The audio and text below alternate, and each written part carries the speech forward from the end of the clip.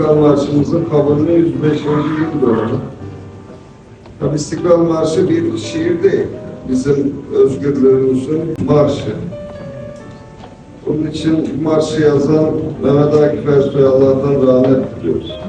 Mekanı cennet olsun. Bu mücadelede şehit düşen şehitlerimizin mekanı cennet olsun. Gazi olanların hepsi ahirete intikal etmiştir onların. Mekanları cennet olsun. Bize bu vatanı bıraktılar. İşte etrafımızı görüyoruz. Ateş çemleri. Elhamdülillah huzur içerisindeyiz.